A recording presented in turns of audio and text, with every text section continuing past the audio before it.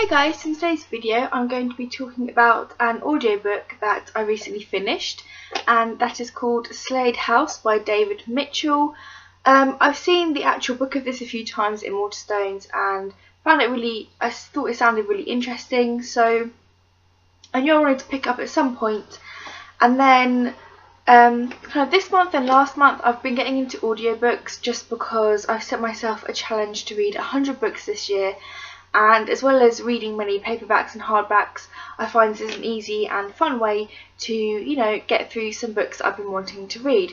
Especially because it's nice because you can kind of put them on in the background and then do other things around the house, like if I'm cleaning, doing housework, doing laundry, that kind of stuff, or cooking. It's kind of nice to have on in the background. So yeah, this book, I kind of have mixed feelings about this. I think the word best to describe this book for me would be frustrating. I really like the premise of this story. I really like the ideas of it. Basically, it centres around this house, which is in Slade Alley, obviously called Slade House. And every 9 years, people start to disappear around this house. So basically, within each chapter of this book, it follows a different group of people or a different person who somehow get involved or lured into this house, and they just disappear and nobody really hears from them ever again, and nobody really knows a lot about Slade House or what's been happening. So yeah, I liked that idea that there's this kind of house that has a lot of mystery around it, and that people are disappearing all over the place every 9 years. It's almost like a curse kind of thing. And the first few chapters, it's about these people. It's people who aren't even linked. They're just random separate people that get lured into the house and they disappear. And then kind of like the last few chapters is about some people trying to figure out why this is happening, how this is happening, and how they can stop it.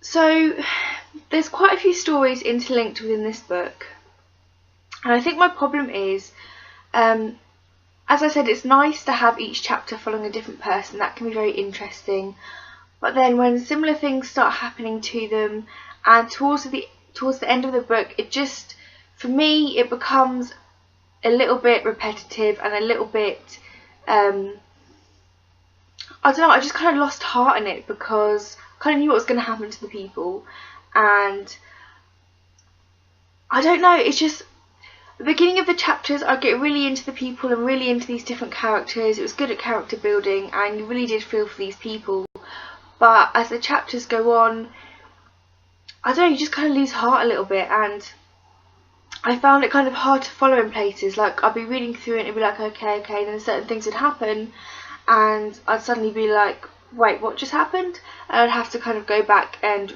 re-listen to some of the parts that were going on.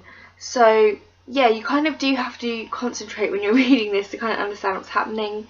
I did enjoy this. In some parts it did feel a little bit disjointed. That could be because of the audiobook though, because half of it is read by a male narrator and then half by a female, so it kind of gets a little bit disjointed.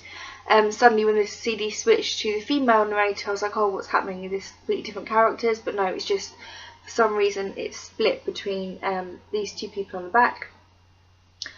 But yeah, overall, I don't know.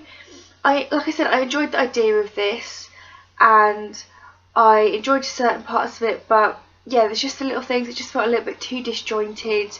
To be honest, by the time it came to the ending, I wasn't really that bothered about what happened, which I'm not sure is a good thing when it comes to a story. I don't know if I read more by this author. There are mixed reviews on Goodreads. People either seem to really, really love this, or just really don't feel it at all.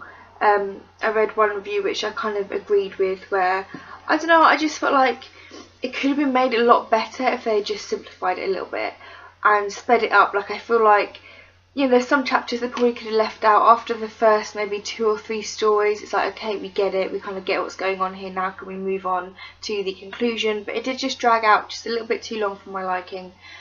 I've heard that his books can be like this, and that his books can be very involved, and you have to, you know, really pay attention when you're, you know, reading them or what have you. So I don't know, I would recommend if you're looking for something a little bit unusual. It's a horror. It's kind of like a horror kind of thriller. But yeah, I enjoyed it for the most part, but I don't know, I think I'd have to look into further of his works a bit more if I was going to read more by him. So that's pretty much my review on Slade House. I think you're either going to love it or just feel a little bit meh, a little bit like me. But yeah, not bad, but not fantastic. Kind of just like nicely in the middle. But yeah, and I am really enjoying listening to audiobooks at the moment, so hopefully we'll have a few more of them to review soon. So that's pretty much all I have to say. If you've read this and have different thoughts or similar thoughts to me, then please leave them in the comments down below. I would love to hear about them. And yeah, until next time, thank you for watching. Bye guys.